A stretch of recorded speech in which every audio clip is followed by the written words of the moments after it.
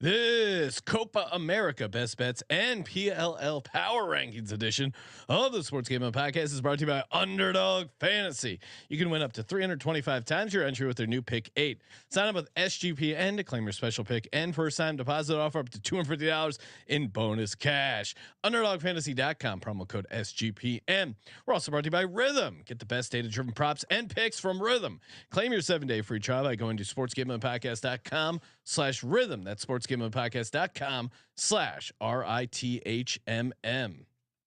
Hey, this is Derek Stevens. I'm the owner of Circa Las Vegas. You're listening to SGPN. Let it ride.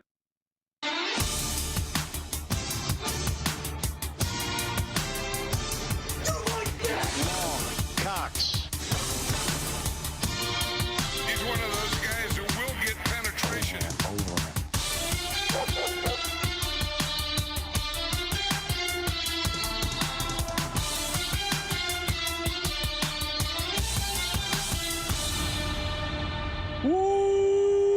Welcome everyone to the Sports Gambling Podcast. I'm Sean, stacking the money green with my partner on picks, Ryan, Real Money Kramer. What's happening, Kramer? Dog. No. Oh my God. Fucking Italians.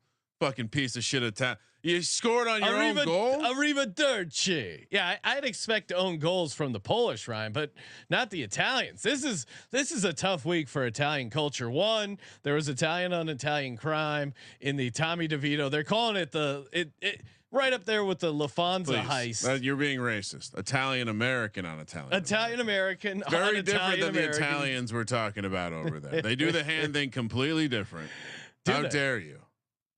Just generalizing. All Italians are the same. No, some are okay. Some are, some like olive oil slightly more than others. But yeah, you could.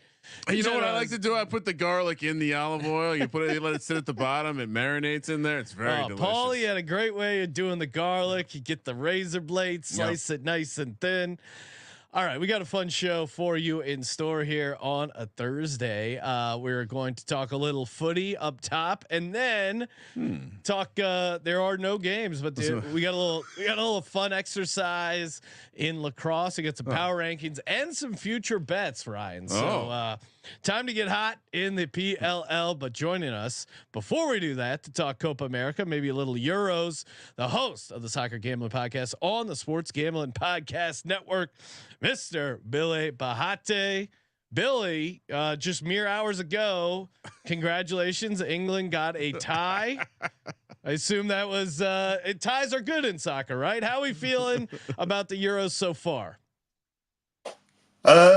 It's been mixed. I haven't all my futures are still intact, but the day-to-day betting is quite hard. Sometimes you get a theory in your mind. You have a stat in your head, and the one that I had in my head was match day one games historically across all of the Euros are 68% to the under because nobody likes to start at a loss.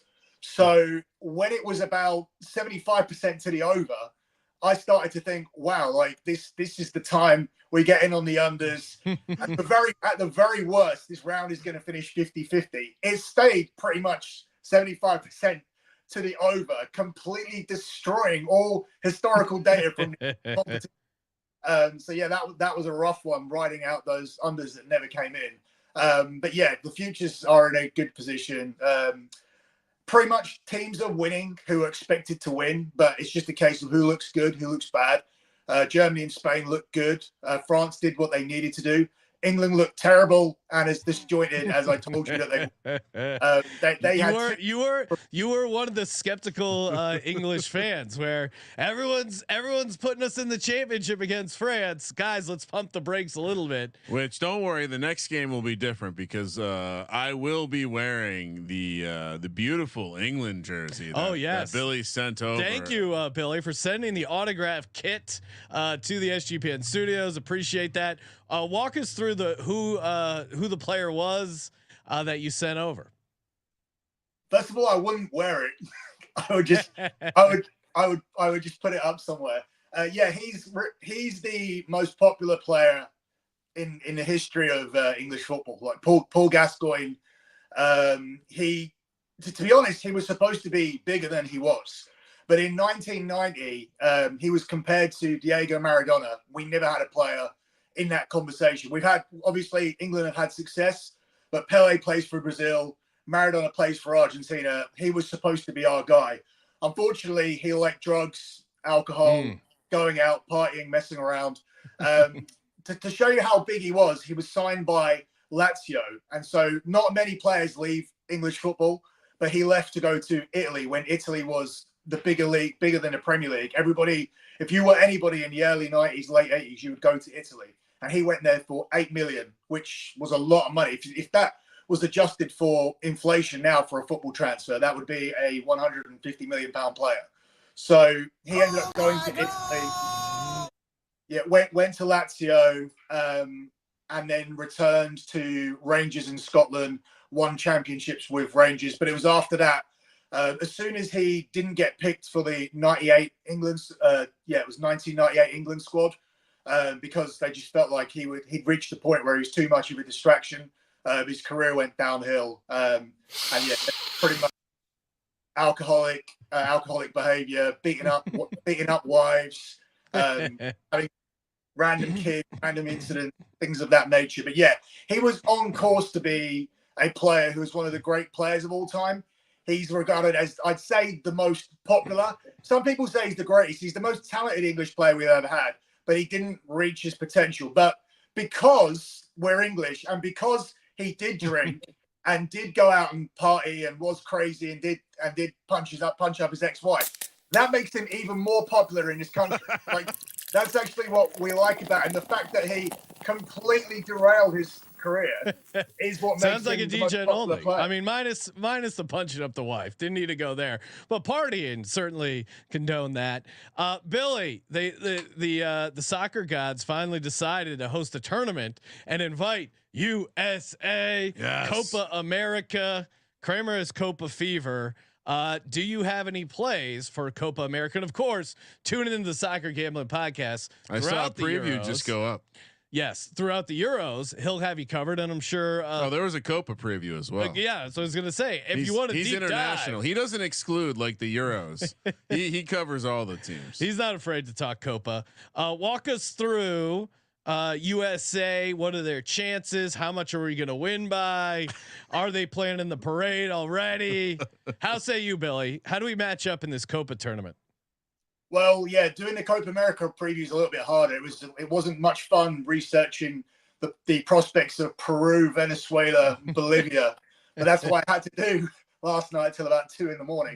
I mean, it's midnight now. I get the email from the guy that said, "Oh, we got a show this afternoon." It's like, what afternoon? It's midnight. But yeah, the USA, it's a difficult one because you're the host, but a tournament set up for Messi to win it again. Argentina are on a side of this competition where they'll play absolutely nobody until the final. The fact that they have to play 5 games to get to the final, and I think there's value on them to reach the final at minus 140, kind of tells you how bad that side of the draw is, because they're in a group with Chile, who are 33-1 to win the competition. And in the other group, you have Mexico, who have decided to send out an experimental young team to this competition, and they're the favourites to win the other group. And instead of the winners of A and B, at any point mixing with C and D, where all the difficult teams are, where the US are, instead, Argentina can win their group, play the runner-up of the group between Mexico and Venezuela. Then, Mexico and who else is in that group? Mexico are the favorites. You've got it there, Group B. I got it right here. I think it's Ecuador. I think it's Ecuador as well. Yeah, it is Ecuador. Sorry. Yeah, so they'll play either Mexico or Ecuador, and then once they get through to the semi-final, they'll play the other team who is the group winner out of Mexico and Ecuador, or they'll play Chile again, because top plays second. And top from A plays second from B, and second from A plays top from B. So instead of mixing it up, they'll just continue to stay on that side. They're going to plow through the group, which has Canada in it as well, and then they'll plow through whoever they get in the quarterfinal and semi-final. and it's supposed to be Messi's farewell tournament. And obviously, it's great on US soil for him to win. It's great for the MLS. But I think you can pretty much write them down in the final, even at -140. As I said, there's value there, given that they're going to be about -400, -300 to win every game. And you don't even need to win every game. You don't need to win every game in the three-way market. They only need about 7 points, maybe even 6 points to win the group and be the top team. So that's that side of the draw done. So you guys as the hosts, you're on the rough side of the competition. You're in a group with Uruguay. I expect Uruguay to win the group. I expect USA to go through because the rest of the group is very poor. And in the other group, Group D, you have Brazil and Colombia. Now, it's a no-win situation for USA. If they win the group, they'll play the runner-up out of Brazil and Colombia. If they finish runners-up in the group, they'll play one of Brazil or Colombia. I don't think this US team at the moment can contend with Brazil because Brazil have picked a very serious squad. And you played Colombia on the 8th of June, which would have been a winnable game for you going into this, but you lost 5-1. Like, it wasn't even close. Like, Colombia at the moment are riding a wave where we're much improved. So, yeah, I don't see the USA turning around a 5-1 result, and I don't see the USA going past Brazil. So USA's stage of elimination to be the quarterfinals at -120 is a very good bet.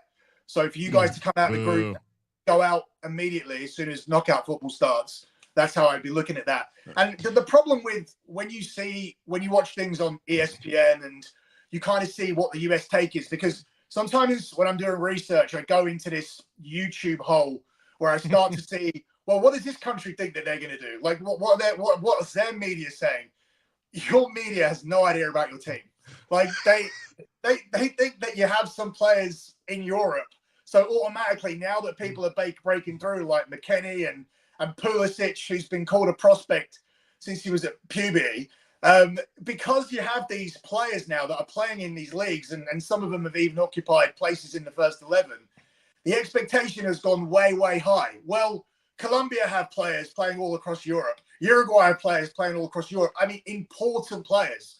Like Darwin Núñez needs to score the goals at Liverpool. Valverde plays every game for Real Madrid. Arayo is the most important defender at Barcelona. All of these teams have players all across Europe. But the disappointment when you don't win and the expectation going in and I understand the coach, Berhalter, is very, very negative. And do we like this coach now, Ryan? We hate this coach. I thought, weren't they supposed to get rid of him after the World Cup? The basic version is he was fired. His contract was allowed to lapse. Yeah. They then spent money with one of those outside firms to help find, which I think they hired his brother to help find the next coach, and they found him again.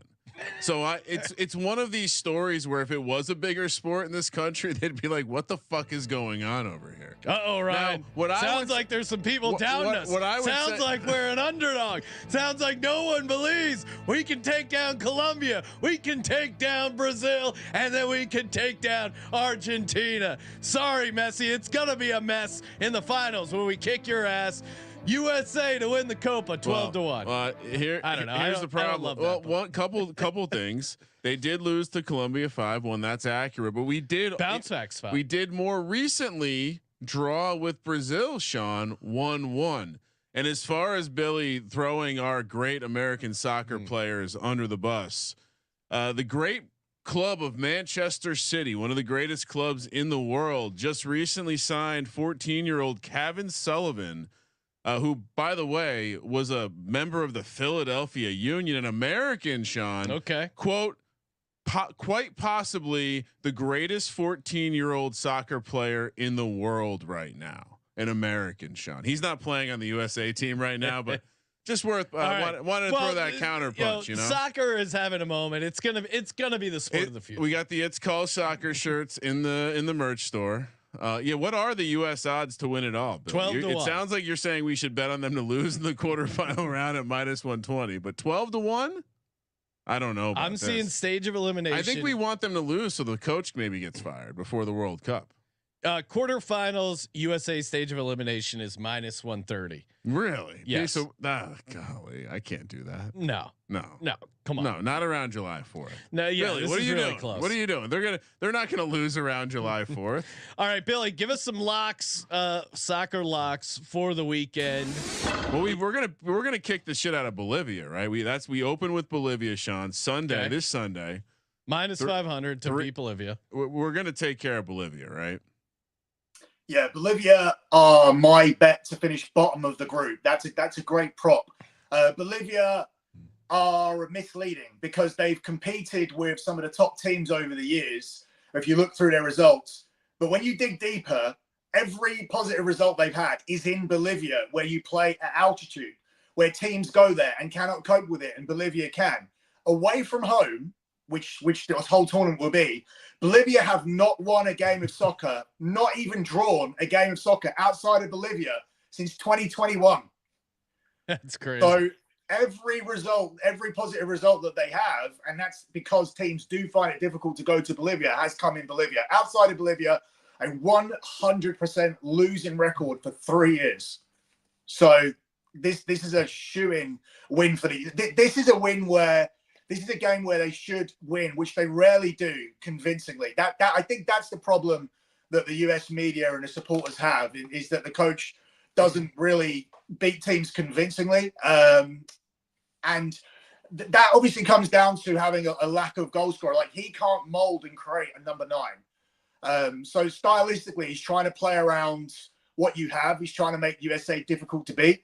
And I think the best result they've had in the last few years was getting that draw against England still at the World Cup, where it's an awesome draw. Yeah, well, where they tried to play counter-attacking football. They set themselves up, made themselves difficult to beat, and USA were difficult to beat throughout that whole World Cup. I mean, they were knocked out by who? Argentina in the end.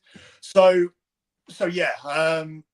I think it's not because you're in a country where, you know, all your sports are entertaining. Your main sport, NFL, is fixed to be entertaining. So yeah, like, obviously when you're seeing this boring type of soccer, when you're seeing this guy playing this tight and cagey football and setting up not to get beat all the time, it's gonna get negative press. But I don't think he would be getting this negative press if he was managing another country. So what I would say is be wary, because as someone who played high school soccer in the state of New Jersey, you know what St. Benedict's Prep is. That's where Greg Berhalter went. He was my right. Fuck that school. They had our number 1 year. We got him the next year, but they had a bunch of grown ass men from Bolivia that they would import and play on their squad. I am a little worried there might be a little side action here. Greg certainly might have some connects into Bolivia. Could we see the United States take a dive here? No. Come on, Ryan. What do you? No, you're crazy. I'm just saying. We'll get the bet detective on. All right, Billy. Before we let you go, any more locks for the weekend, either in the Copa or if you have some Euro locks, toss those out as well. What are your favorite plays for the weekend? Yeah, I don't really have much favorites from Euros. I mean, I'll try and find stuff for the next Euro podcast, which comes out tomorrow.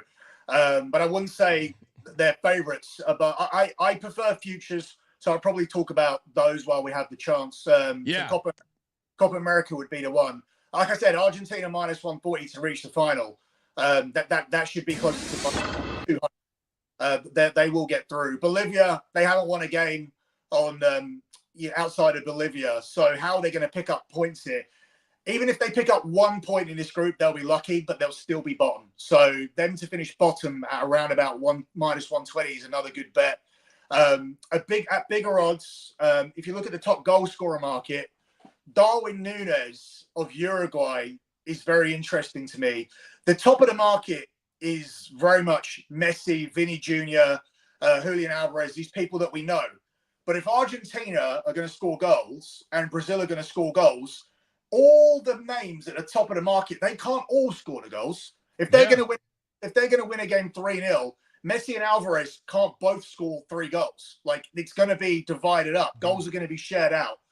The way Uruguay operate is that they're a well-organized team. They like to play the dark arts. Basically, they like to grind out results, try to push it to the limits in terms of getting yellow cards. That's how they're going to win. That's how they're going to compete with the bigger teams. Obviously, in their group, they'll be able to get through comfortably. Now, the manager that they have used to be the Leeds United manager in England, Bielsa, who's an Argentinian managing Uruguay, and he's the only team to beat Argentina since they won the World Cup. And they also beat Brazil as well in South American qualifying for the World Cup. So they know how to beat these big teams. So for me, they're going to make a run in this competition. They're the third favorites, but I think they're going to make a run. And unlike the other teams, unlike the teams above them, Brazil and Argentina, where the goals are spread, Darwin Núñez is the number 9. Liverpool's Darwin Núñez is the number 9. It's his job primarily to score the goals. He's supposed to score the goals. Everybody else has their designated jobs. And with Bielsa, the big criticism of him in league football was he plays such an intense style of football that his players run out of gas 25 games into the season. They've got nothing left. They're exhausted. This is a 6-game tournament where the first 3 games, apart from the one against the USA, are in quite a comfortable group. They do not need to exert themselves until they get through to the later stages. So this intense pressing football that Bielsa wants to play, he can do it in this tournament throughout the tournament. So I think Uruguay are a good bet to maybe even make the final. I think they'll definitely be in the semis against Brazil or Colombia. And Darwin Núñez is going to score most of their goals. So to see him Darwin Núñez, plus 450, top goal scorer. Yeah, I prefer that much more to Messi, who's more of a creator now, and also the Argentinian goals are going to get shared out. And also, when Argentina tends to go a couple of goals ahead, they tend to just shut the game down. You won't find a lot of victories, even though they're world champions, where Argentina have dicked somebody like 2-3, 4-0, like 3-0, 2-0 maybe, but they don't go for 3, 4, 5. They don't tend to run it up. They tend to just conserve energy, shut the game down. That's what they do. Lock it up. Billy, as always, appreciate you calling on to the show. Make sure you subscribe to the Soccer Gambling Podcast on SGPN, wherever you get your podcast. Billy, appreciate it. And good luck with the Euros. Good luck with Copa America. Cheers, Billy. Cheers. All right, Ryan, of course, countdown to football is on. Not only are we doing our football previews, already got our fantasy football previews out there. We also have the college football experience doing individual team previews. Plus, you got 5-Minute Fantasy doing their quick and dirty podcast, getting you prepped for all things fantasy. And of course, the Circa contests are alive and well. $16 million up for grabs. And we have a sweet deal with the football contest proxy, promo code SGP to get $50 off. And maybe you're going to go see some live lacrosse, some live Copa, whatever it is. You can get great prices over at gametime.co and use the promo code SGPN. Get you $20 off and head over to Game Time. You get the low price guarantee. Download the Game Time app or just go to gametime.co. So many great games coming up. Of course, MLB, a perfect time to go out, catch a game. Love me some baseball, love live events, and love the catalog they got over at Game Time. GameTime.co, promo code SGPN for $20 off. Switching gears here, joining us in studio, the Lax Laddie himself, Mr. C.J. Sullivan. What's happening, C.J.? What's up, fellas? How we doing here? Glad to. Of course, AKA the man in the box. Hey. There we go. What's up, dude? Hey, how we doing? Hitting our sticks, a little crossing swords. Do you think they play tummy sticks in lacrosse? Or no. That's actually where it was invented, if I had to guess. That was a question from the audience. I'd like to say Scott Bowser wanted to know. We're bona fide laxperts, by the way. Oh yes, laxpert, very great way to crowbar in lax. Although unfortunately, we are not off to a great start in our lax handicapping. Our teams went a combined 0-4. There are 4 games. All our teams lost. I hit 2 totals. Kramer hit 2 totals. CJ hit 2 totals. But we were not we were not off to a great start. I can't believe I didn't know that Greg Berhalter went to St. Benedict's. Real piece of I shit. heard some Jersey high school soccer talk over in the other room there. Quick aside. Was Don Bosco represented here? They weren't nearly on the level They're a that we football were. team, right? But there was a year where we were both very competitive in the country. We were both ranked, and we played against this fucking St. Benedict's team. A two-part story. One, definitely were dudes out there that were grown men. Yeah. Two, the soccer coach was a huge prick. I warmed up for like 45 minutes for that game. Did not get in the game. Was really one of the low points of my athletic career. The Jersey Italian soccer is a scene. It's a. I mean, CJ knows. You had to have fresh Umbros. You had to have the latest. It was weird too, because like now Did that mom iron your Umbros, kid? now that I'm the parent, it's like you see the asshole rich parents, and I remember them from the kid's perspective, and it's like, oh fuck you, like your kid's a fucking asshole. Fuck you. All right, so being a bye week for the league, It's about time. The league needed a break. We came in so hot. which is really funny because Water Dogs already had one of their buys. I mean, you know, the Redwoods only have had 2 games. I have some. Yeah, you're stepping on my mid-season awards. Okay, what are your mid-season awards? Most games played goes to the New York Atlas. Okay, nice. all right. Congrats, Yeah, Atlas. 4 games, and then least games played goes to the California It's Redwoods. a tie, Okay. right? Nope. That's I'm not doing ties. I'm saying that just because of the 0-2 and the 4-0. Oh, nice. they Yeah, win- because they they win didn't the actually tiebreaker. play, right? Okay, because I said the Outlaws. And then have I only would say played the 2. last thing, as a new Lax bro, most improved. I'm hoping to give at the end of the season to the refs. Oh, Because they're starting off. Okay. rocky. Okay. I will rough, say rough start for the refs. one of two things: either that, or coach your play-by-play guy not to shit all over the refs and just consistently be like, I don't understand what they're doing. Yeah, I think It's not it a good caused look. confusion to new laxies as us when you're hearing them complain about the refs. I'm not wearing my Water Dogs. I was just gonna say, was there not a mem? I mean, did I get the slack about this? I brought the lax hat here. I'm wearing into chaos. I'm and taking both of you are on a bye. I'm taking a bye from wearing the hat. I wore the white hat on Saturday. I go, you know what? Overtime lost by 1 goal. I'm switching to the purple hat on Sunday. The purple hat was great. We were coming back, and then another heartbreaking loss. And here's to that old dusty bag coaching the Philadelphia Water Dogs. You might be a legend, but it doesn't take a legend to realize you need a FO. Okay, F you for not getting an FO, aka face-off expert. You can't just lose every goddamn face-off and expect to win in this league. I've watched the league for 4 weeks now, 3 weeks. I figured it out. Yeah. It's not good. You can't give up possession. Overtime is first to score. You can't just give them. It would be like it when NFL overtime was sudden death, and your game plan was always to kick off first. Yeah, and the games always went like. And 2 out of the 3 of your games went to overtime, and you insisted on kicking off, and it was sudden death. It's like that's what you're setting up. If offered heads or tails, you said 5. Yeah. So you're not winning the coin toss, right? I mean, you lost 31 faceoffs. I get it. I don't understand. I was just gonna say I am a laxpert here, Sean, and going 0 for 31 in faceoffs is not good. Here's the other thing.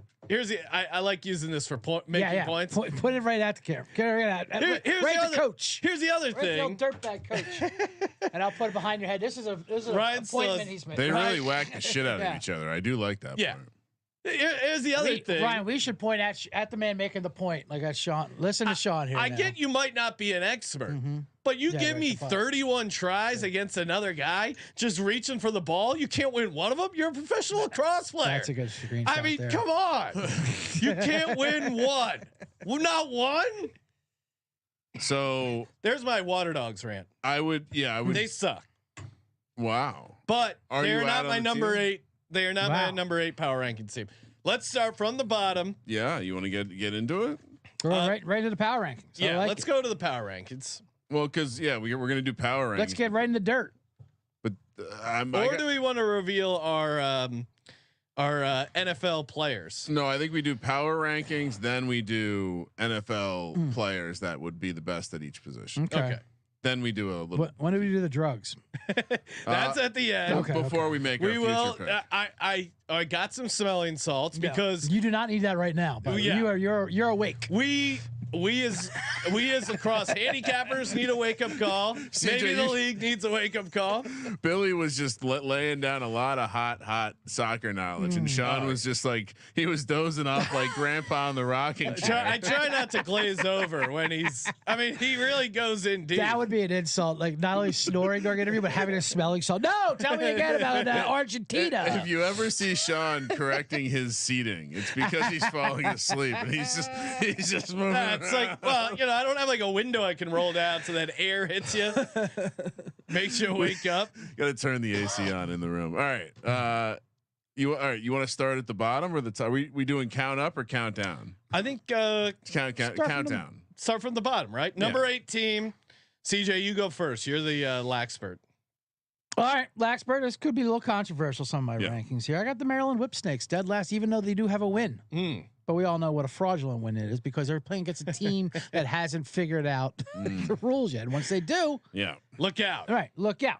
I mean, they had, let's just say the game they beat versus Philadelphia when they won all 31 faceoffs. They only had 3 goals in 32. They call it the 32-second shot they had like scenario. A crazy shot from half field. Yeah. I mean, Joe Dell won all the faceoffs, and shout out to Matt Rambo, who I did call out, a Philly local who did score the game winner in overtime. But that to only score 3 times with all 31 faceoffs in those shot clock situations, is not a good sign. But that Philly wants you to win it, so then they can set up their defense. Yeah, that's true. That's what they do. That is dumb. I almost made Philly number 8. Instead, I made the California Redwoods. What? They're clearly the bottom of the league. What are you talking look at a goal differential. What the fuck are just you not competing at any level. Kramer, who's your number 8 team? This is one of the worst takes I've ever heard.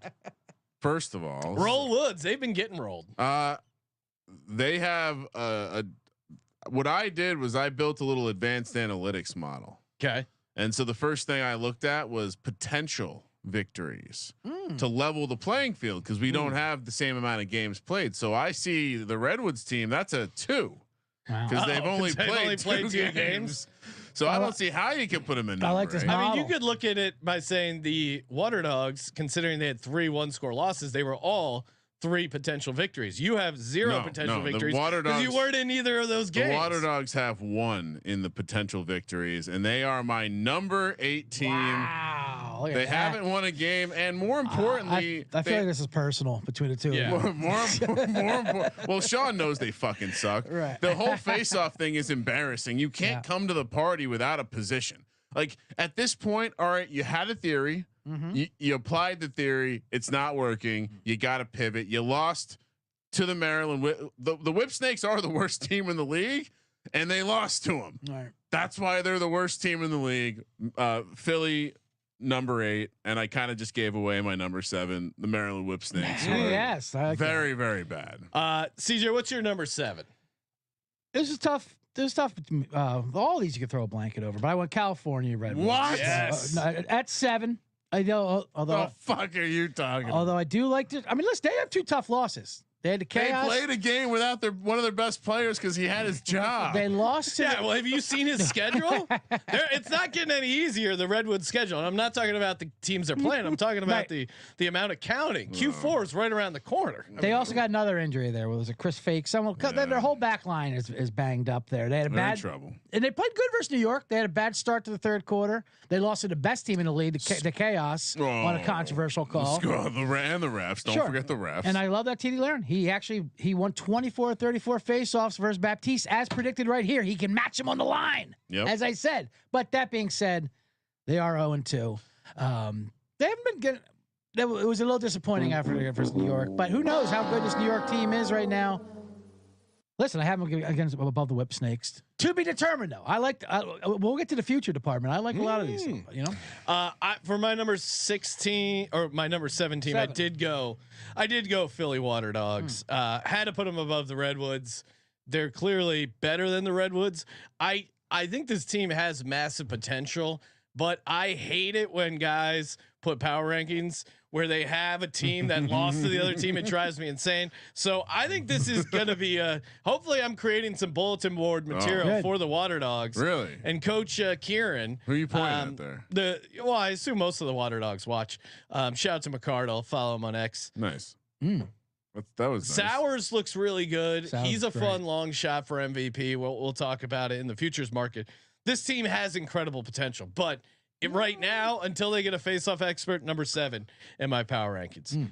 Kramer, you have the whip snakes. Anything to add there? Do you know what happens when a team without a face-off athlete faces a team with a face-off athlete? It's not the good. Redwoods are going to destroy. I mean, I don't know what they're not even going to know what to do. He doesn't even come off the field right away. Not like that. So they are like there is an element of the guy who grabs the tee and runs off the field. For these guys. All right, I'll say this. As my number 6 team here, and Who do you got, we CJ? obviously have these 3 in a row. And you're going to hate my power rankings, Sean, Yeah, because I do probably. have teams that lost to other ones. Because what's the point of power rankings?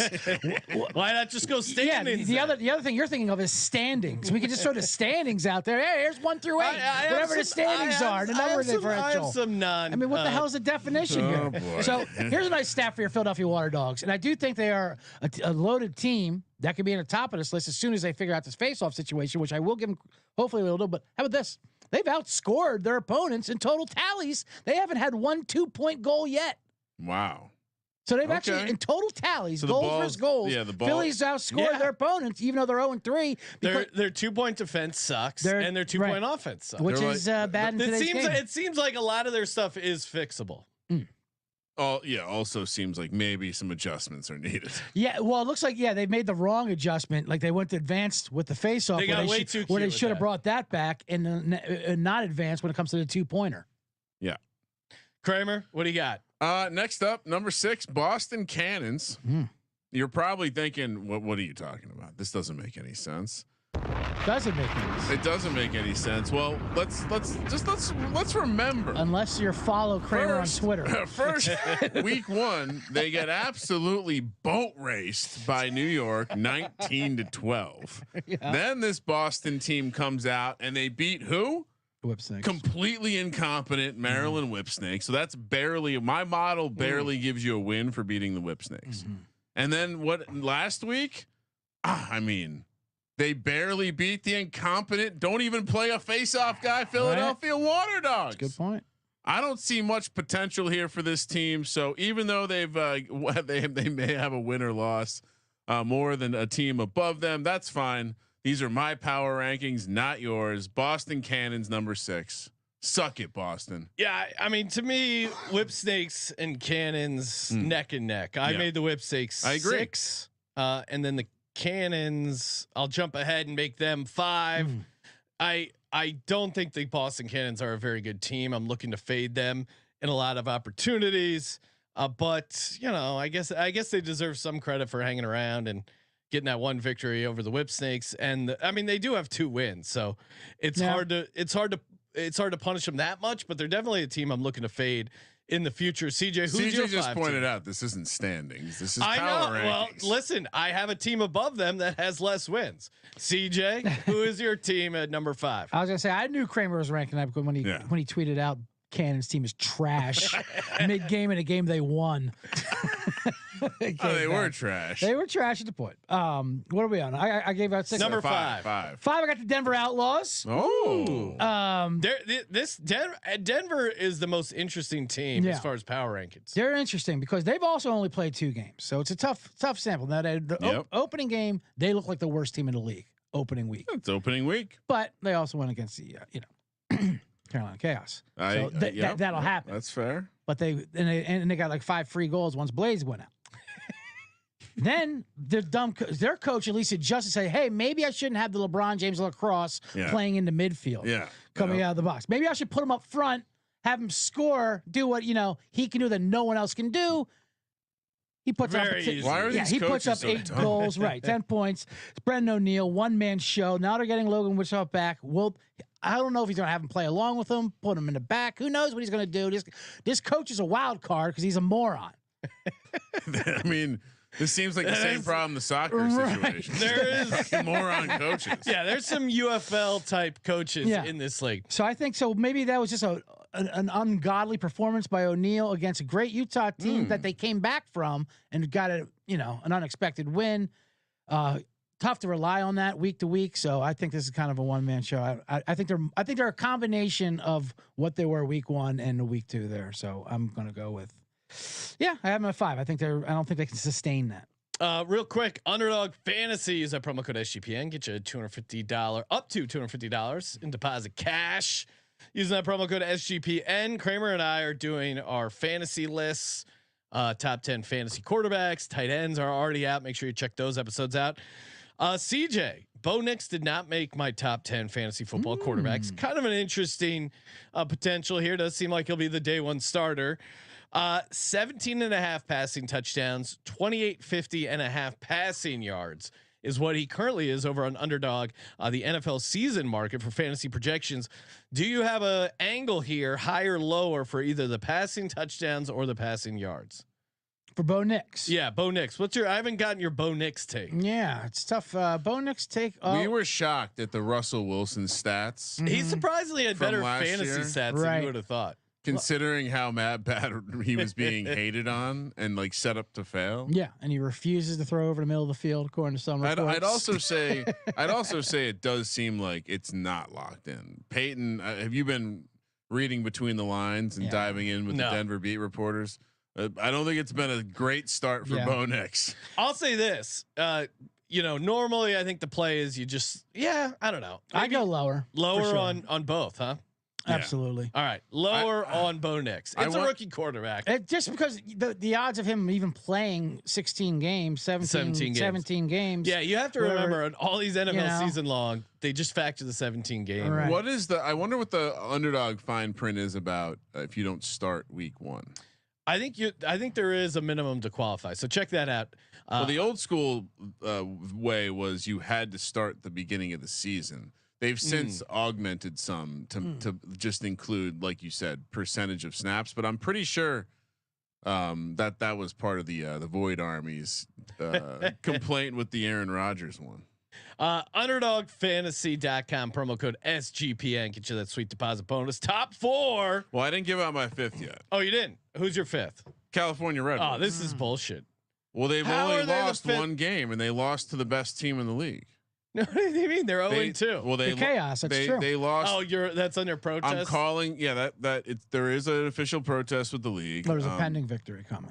The chaos did get the victory that day, but they were greatly aided by the incredible home crowd during homecoming and the refs. The Redwoods also have clearly caught something the owner did, pissed off the league. I'm not sure.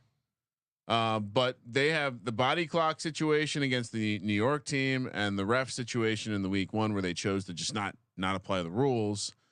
And they only played 2 games. The 3 teams I've already listed are complete trash. Redwoods, 5th spot. All right, we can move to 4 now. Number 4, I'll kick it off. Give me the Denver Outlaws. Brendan O'Neill and team. I mean, Brendan O'Neill, just infinite ceiling. Infinite. Well, they're 1-1, and that was an amazing win over the Archers. Got me excited about Lax. You could make a case they're 6. You could make a case as high as 2. I think all kind of makes sense for this Outlaws team. A lot of unknowns, very small sample size, but I'll put them in right here at number 4. They're definitely better than Cannons, Whip Snakes, Dogs, and Redwoods right now. CJ, who's your number 4 team? As you just shit on all the teams I have ranked right above here. I had the Boston Cannons. Oh wow! Jesus, no, Jesus. Come on. I hate when people put teams that they lost to above them in power rankings. They earned their spot. They're 2-1. They played a team that's in front of them.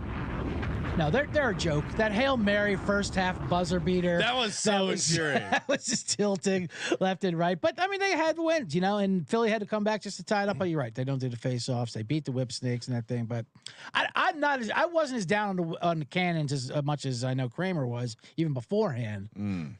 Just because they might be predisposed. Right. I mean, I think you have to get that condition out of your head. But I think they're going to float around 4 and 5 all year round. It does feel like they're probably, yeah, I don't know. Yeah, because everyone makes the playoffs, but 2 teams. So yeah, everyone's in the hunt. Yeah. Actually, Sean, we need it in the hunt graphic. And it's just all 8 teams. All right, Jake. We're gonna need a in the hunt graphic for the PLL. And Asher Nolting's my guy. He's a native. He's a an old throwback Native American style MVP. He's a big rumble tumble and a scorer. All right.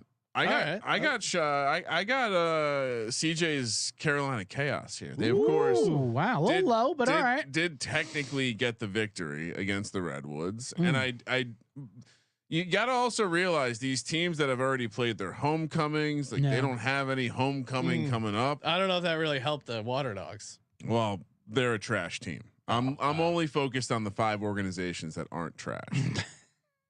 And I think the Carolina Chaos. When you look at what they've done on I really just went back and I thoroughly combed through the many 12 games that have been played in the league already. And I thought I am going to give the Chaos some nice. The week 1 victory was against the discombobulated Denver Outlaws team. But they week 2 you get the squeaky ref win, but you also lose to the best team in the league in the Atlas. So it is a little confusing. And then what happened this last week? Oh, they also lost to the Archers. I'm a little confused on Carolina, but I had to put them in the middle.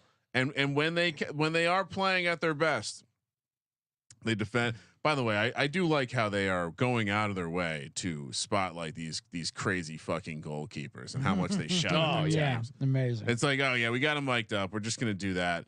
So yeah, Carolina 4. We'll see that if there's one team that could drop from the middle here to out of the playoffs, to me, it's the Carolina Chaos. Wow. See, I don't have them as a very high ceiling. I have the Chaos as number 3. I think they're okay. I think they have potential league winner because kiss CJ's ass. No. He watches the games, Kramer. He knows when they didn't even have their best player against New York for a couple weeks for basically all 3 of the 4 games. It was his first game back, and he shut down Utah for the 9 goals. I mean, Good Lord, you could definitely say disrespect for Blaze, the 4-time goalie of the year. I mean, like CJ said, the only one, Jesus Blaze is the only one who saves more only than Jesus saves more than Blaze. If you have an elite goalie like that, all it takes is a couple 2-point shots. I mean, all Carolina had to do was get to double digits. Now, that says something about their offense. But if you're consistently holding teams to to single digit goals, single digit points, you're going to be in a lot of games. So yeah, give me the Carolina Chaos at number 3 and let chaos reign. Yeah, and the refs like them. So and I want to impress CJ. CJ, do you have your Chaos at 3 or do you have them higher? I was thinking about a 1A type of deal, maybe a 1A, 1B, 1C. Hey. But I played nice, and I'll put them on 3 for now, just to motivate them, to go to an upswing. Now he's Blaze back, and he came back right into the same form. He also had an assist with his 11 saves. He's the all-time offensive goalie. He's like Ron Hextall back there. Marty Brodeur for your North Jersey types, that would get behind and actually score that good goals. wrist action. Absolutely. And exciting that when Eric Dobson came back. That was the way you could pretend to know about hockey back then. It was like, oh yeah, Marty Brodeur, great passer. Great passer. Also exciting Carolina Chaos, because obviously they have a new offense coming in. The Knobbler-Dobler pairing, which is Shane Knobloch and Eric Dobson. They call it the Knobbler-Dobler. What's that? I wouldn't throw that in your search engine. You might end up on. Well, you'll like this even more. He's Bang one of those Bros guys who will get penetration. You'll like this even more. The key to the Knobbler-Dobler is to have Knobbler handle the long stick, and that way Dobler flies downfield without it. The 2 Swedish brothers. I like that CJ wrote that down. Dobler. Oh yeah, I wrote down Knobbler-Dobler, long stick, and Blaze's back. All right, and that's all you need for your chaos. So you both. All right, so 3. Yep. Utah. Ooh. All right. This is where I kind of did abide by the I did just watch Utah beat. Like the other way to say what CJ said was Carolina played a really good game, and Utah beat them outside their own game. They had to go down to Carolina's game, and they still beat them at their own game. I think not being a big lax guy, Utah seems like a put together team. That is going to be there. So number 3 for me, Again, I had to work some stuff out at the end because I'm like CJ. I had a little bit of a log jam here between 2 and 4, but I worked it out. Utah, the Archers, number 3, and impressive to go out and win a defensive battle when I know that's not their game. Speaking of the Utah Archers, they're my number 2 squad. Oh, okay. I know what you're saying, Sean. How can you have them above the Denver Outlaws? The Outlaws beat them. I'd say this that in hindsight, watching that game, the Utah Archers was a classic letdown spot. I'm still kicking myself for not talking myself into the Outlaws catching that big number. But other than that, we've seen pretty consistent play from this Archers team. I think to be the champ, you got to beat the champ. So some of this is respect for last year's squad. Hats off, even though you barely beat the Dogs in the championship game. So I will respect the Archers. Philly looks like a different team. Philly played the championship last year. I know. News to me. Amazing. CJ. I also have the Archers at number 2. I had to put them above the Chaos. You guys have the same list. Their only loss was to those Denver Outlaws. A game they were up by like 5 or 6 goals. Huge. You guys shared Sleep notes. at the wheel. Insane comeback. Oh, we watched the league, right? Come on. I mean, I don't even think Denver's in the same ballpark, even though they did beat them. Great short stick defensive middle corpse they got going there with Connor Mayer, Kuiper Bond, and Bo Peterson. By the way, maybe the best in the league. The Utah Archers, like you said, they look absolutely competent, and I wish I could put them number 1, but unfortunately, we know it's coming there. Kramer, are you going to shock the world? I don't want Reddit. Are you going to shock the world and put the Outlaws at number 1, or do you have the Outlaws are 2? Oh, okay. This is like I'm just hopping on the Cavs when LeBron first came to town. Yeah, they'll lose in the championship game, but until then, you kidding me? I'm a little bit. I kind of wish I had chosen the Outlaws right now. I don't let the Redwoods hear me say that. Right. Yeah, and I can't wait to go check out Homecoming for my Redwoods. Bring the family. But boy, I do like a lot of the flexibility life brings in Colorado. Right, you got legal everything. You got a great lacrosse team. Woo, ain't smoking my weed. No longer have Russell Wilson, and Sean Payton's ripping the bong. So Denver number 2. Come on, you got Utah just lost to Denver. Yeah, no, I preface you guys. You didn't do it right, Sean. No, I did. You didn't do it right. I zigged and zagged in my power rankings. Utah lost to Denver. Yeah. So Carolina beat Denver. Utah beat Carolina. Yeah. So that's why you can put it anyway. We can play this game. My all model day. Waits recency. So Ryan, you're suffering from recency bias. We all selected the New York Atlas as the number 1 squad. Yeah. I didn't want to, but I had hard to not put the Atlas. They've played all the games and they're undefeated. Yeah, they're 3. My model loves them. Although it did actually dock them a little bit because they have played Homecoming already. They're going to keep coming. They've one more game than everyone else. Also, but they've clinched, I believe. I know they don't have their bye week until our week 7 in San Diego, so we're going to miss the New York. We will. Down there. We're going to miss. We won't be able to witness greatness. Yeah, right. Well, we will because the Redwoods and Chaos will have a rematch. That heated rivalry. Hopefully, the refs don't get involved in this one. I guess we can't drive down together for the rivalry week, so it'll be a very quiet. I'm bringing the kids, so they'll. I'll be in the middle. The kids on the side. teach the little one how to take a kneecap out. All right, we got our PLL NFL players and our future bets with some smelling salts. Before we do that, shout out to Rhythm. If you're betting any sort of player props, you got to get Rhythm, the place for AI sports picks and props. Head over to sportsgamblingpodcast.com/rhythm, RITHMM. Never too early to start tinkering with your NFL model. They also got you covered for WNBA and golf. Perfect time to get in. Golf Travelers happening now, right? Notice some Travelers, people. Yes. It is correct. Out. Travelers is happening. Yeah. Travelers is happening. Hop in, get some sweet golf picks, golf projections, WNBA. What a market! What a market ripe for opportunity. Claim your 7-day free trial by going to sportsgamblingpodcast.com/rhythm. That's sportsgamblingpodcast.com/RITHMM. I need to get an Angel Reese jersey. Really? Yeah. Oh wow! Right. Controversial. Love her game. 7 double-doubles, rookie record. Rookie record. I did see that. And Underdog is doing a to help add fuel to the fire of the debate. Tearing this nation apart.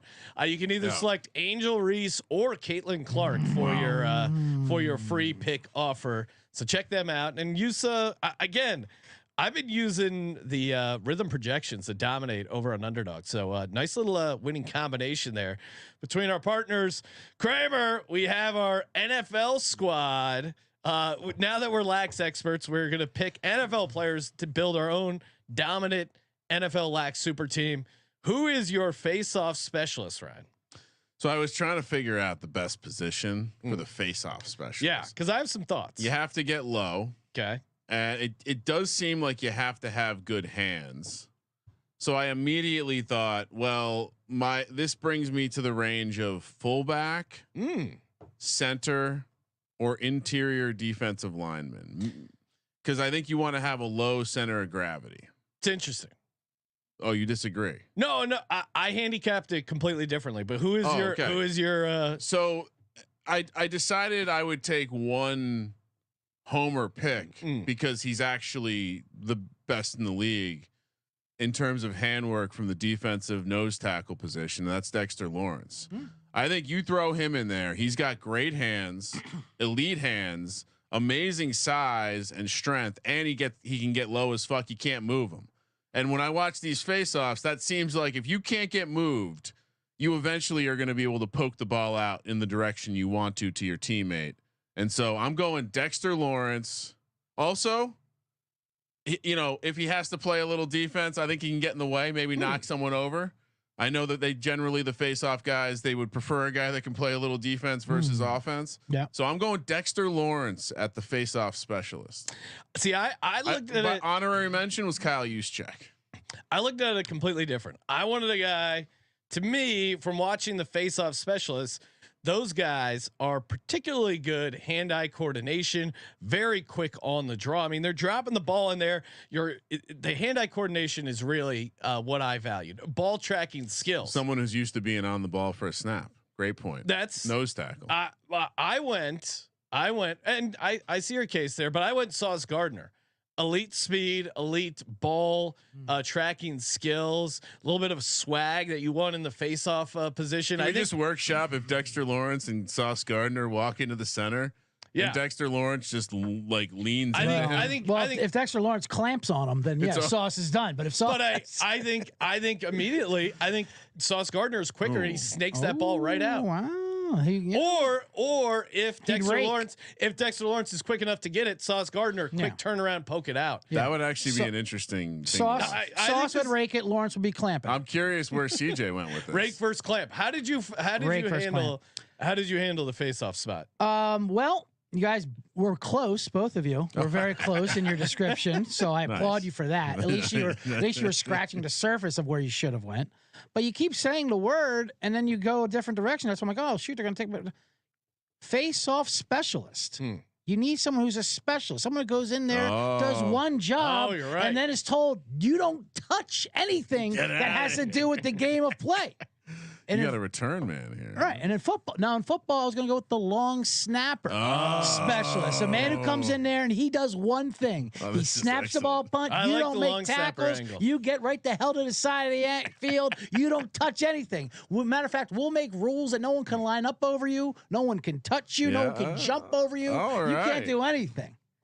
So I went with, well, if you want to go legendary, of course, Philadelphia's favorites, John Dormados, the magician. Yeah, that's a little weird.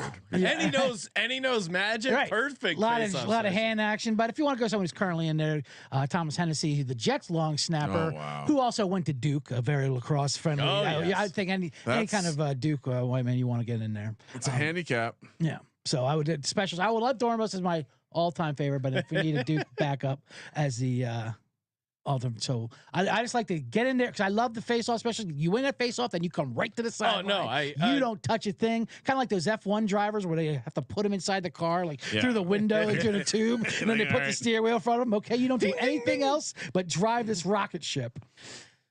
Kramer, who'd you take for your goalie? All right, so again, goalie. I guess I'm curious. We'll be curious to see how you guys handicap this.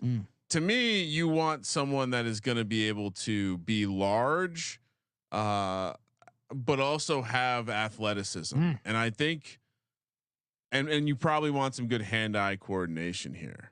And so when I think about who on the football field is large, has that kind of coordination. I think about left tackles. And so I immediately thought, well, Jordan Mailata is an elite athlete. He'd be huge in goal. And I would imagine he has good hands from playing rugby. I believe he was a lock when he played. Those are the guys that get lifted up and catch the ball on the throw-ins. And so Jordan Mailata as my goalie, he would cover up so much of the goal to start with. And I think in general, give me the most athletic left tackle in the game. This is amazing. So I agree with you, Ryan. I love Lane Johnson or Jordan Mailata at goalie. I did. I considered doing Jordan Mailata, but we had already discussed it in the office, and I wanted to give the listeners a unique perspective. And so I went to the other side of the Eagles offensive line. That was like yours was not unique. Well, this is what Sean does when I come up with a good idea that Sean then takes, and then we can't.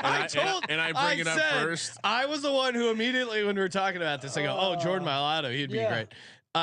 Lane Johnson. I claim all rugby players. Lane Johnson. Well, first off, he is so good at anticipating the snap count. People think he's cheating. Great, incredible footwork. He's 6'6".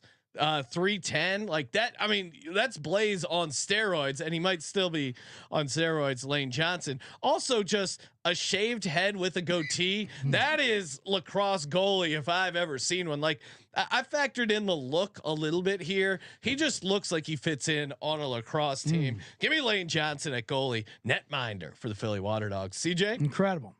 This reminds me of the prop show. I have to bring a couple of options just in case, because I also have Jordan Mailata. Yeah, see, but he's second one down. You also he did play rugby for the Canterbury Barleton Bulldogs under 18 team. Yeah, he was a elite prospect. Yeah, also fantastic singer.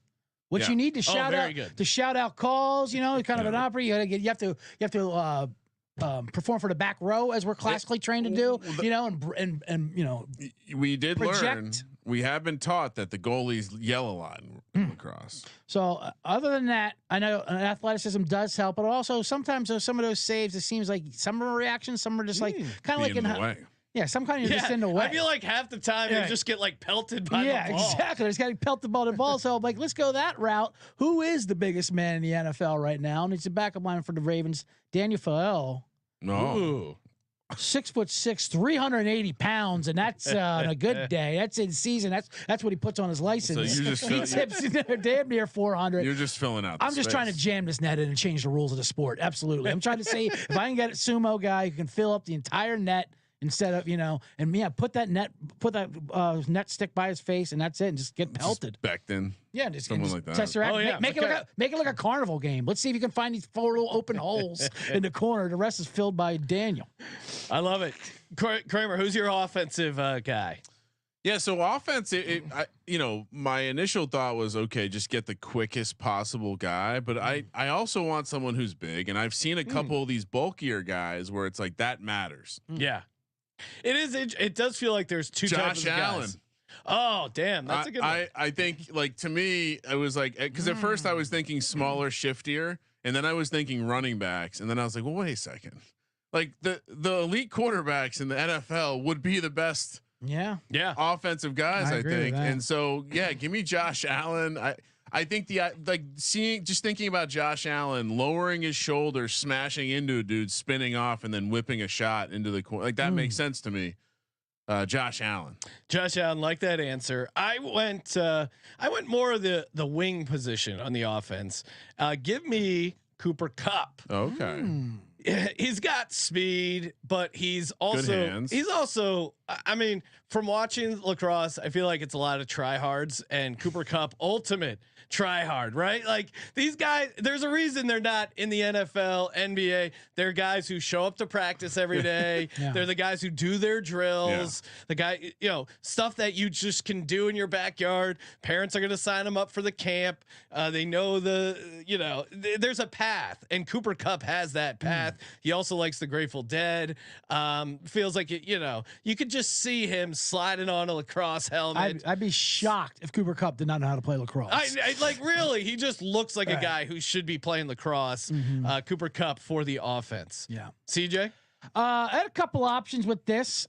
Like you said, I was thinking wing at first there. Yeah. You know what I mean? I mean, like Tyreek Hill is right. certainly Tyreek Hill is obviously. I was even thinking Stephon Diggs went to Maryland. Oh, Yep. You know, Maryland lacrosse area there. He's a malcontent. Yeah. And he's the kind of guy, like you're saying there, Sean, where other sports, if they practiced it and played it, they would obviously dominate it. You know, we say like, if LeBron James played soccer his entire life, would he be a great soccer player? Yeah. Of course he would be. He'd be LeBron James. So I imagine I can imagine Stephon Diggs with that attitude, like, yeah, of course I'd dominate in lacrosse, but then quitting. So that's why if you go to the greatest lacrosse player of all time, Jim Brown, known that on the books, and all he did was he would just put the ball on his chest. They had to change the rules, and he would just blast through 12 white kids, you know, on his way to the goal. And he became the greatest lacrosse player of all time. Imagine seeing that that's shit. what I mean. Who the fuck is stopping Jim Brown with a stick and a ball in the 50s? Nobody. Yeah. So let's go to the modern day Jim Brown and imagine this man cradling with face dodging and Derrick Henry. Just absolutely blasting kids from Duke. Like bowling Dreads would look badass. Dreads would look amazing in lacrosse with the helmet. That tank of a body, and like a combination of your Josh Allen, your Cooper Cup, and just blasting right through the net. And his speed too. Like, absolutely. I mean, when these guys get a running head start, I mean, you know, it's always like one of those hypotheticals. It's like, would you rather get hit by a bulldozer or have to take, you know, the Oklahoma drill against Derrick Henry? Yeah. Yeah. Oh, that's a great one. I'm surprised no one said Tyreek Hill. Yeah. I mean, Tyreek Too Hill. obvious. Yeah, I guess. As Sean says, we like to think of original thoughts here, Kramer. That's fair. I know you like the Well, ones you and I are clearly thinking more bulk. Yes, for sure. But there are guys that are kind of a little thinner, the wings, 2-point shots. I feel like that Cooper Cup would really thrive in that role. Just great, like runs crisp routes. And I've seen too many videos of Tyreek Hill getting burned by kids at his own camp too. I don't really want to throw. I think he got truck stick by that woman in backyard football. That was so what was that about? Do we get any backstory? I feel like we've never got the end. This is like when he got his ass kicked at the marina. There's like 4 questions right there. So open field without those pads, he might not be the same. Kramer, what are you doing? Are we doing a midfielder? Yeah. Okay. So midfield, I thought I don't really know how to handicap this position because like my first thought was, okay, we need the best, like who's going to be a good athlete in space who potentially could be a 2-way player. So I immediately go to defensive backs. And this is actually a little bit of a cop out, but this is exactly where I put Sauce Gardner. Oh, okay. Because I think you want someone that's going to be able to mirror the opposition, but also get out and transition. And you know, I could have inserted any of the elite cornerbacks in the league here. But I mean, the reason you think of Sauce is because of the way he can like mirror, which seems to be a key defensive trait. So for my midfield, I'm going to throw Sauce Gardner out there. Yeah, I see the angle there. I kind of went your Josh Allen route for thought about safety there, but for the midfielder, I went Anthony Richardson. Just a freak of a human being, pretty nice speed, got a cannon. Look at his arms. I mean, I feel like he's a guy. You know, like when the Cannons had that bullshit shot from 2-point shot from half court that went in. And killed my Sunday or Saturday. That's the kind of shot I could see Anthony Richardson just firing fast and loose, you know, owning the middle of the field. Also not afraid to lower his shoulder. Probably plays through concussions. So Anthony Richardson for me. CJ, who do you got for a midfielder? Midfielder. That's right. I was getting ahead of myself. Midfielder. You're again. Yeah, it was tough to. And you either had to kind of pick, you know, like what kind of midfielder did you want? I think you want someone in transition, and I also went by feel. By this guy looks like he would definitely play lacrosse, or at least would be into it. He's kind of guy who would have a reality show. Yeah, I'll pick up a new sport this week, and that's Austin Eckler. Oh yeah.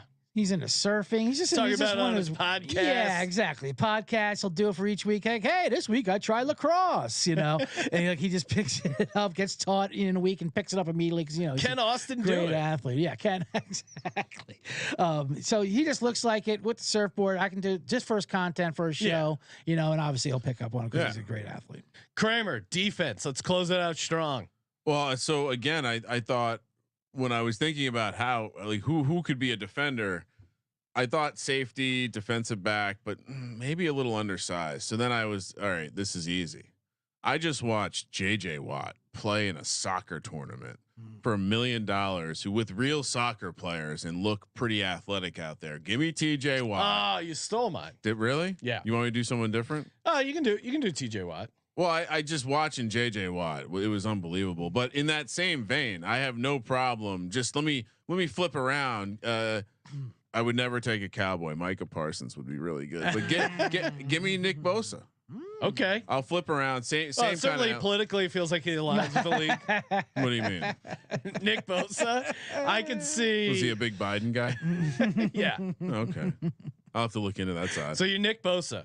No, I Bosa. I think any of the guys, Watt, Bosa, any of these defensive ends that are up for Myles Garrett, the explosive hands, I'll go TJ Watt. One just looks amazing in eye black as well. So it's also just the wingspan. You think about why they offer long sticks for some people. These are humans with long sticks. That's what I was saying. TJ Watt, ultimate nose for the ball. As cliche as that sounds, but yeah, TJ Watt, you gotta go. Hit the cocaine bear and one on that one.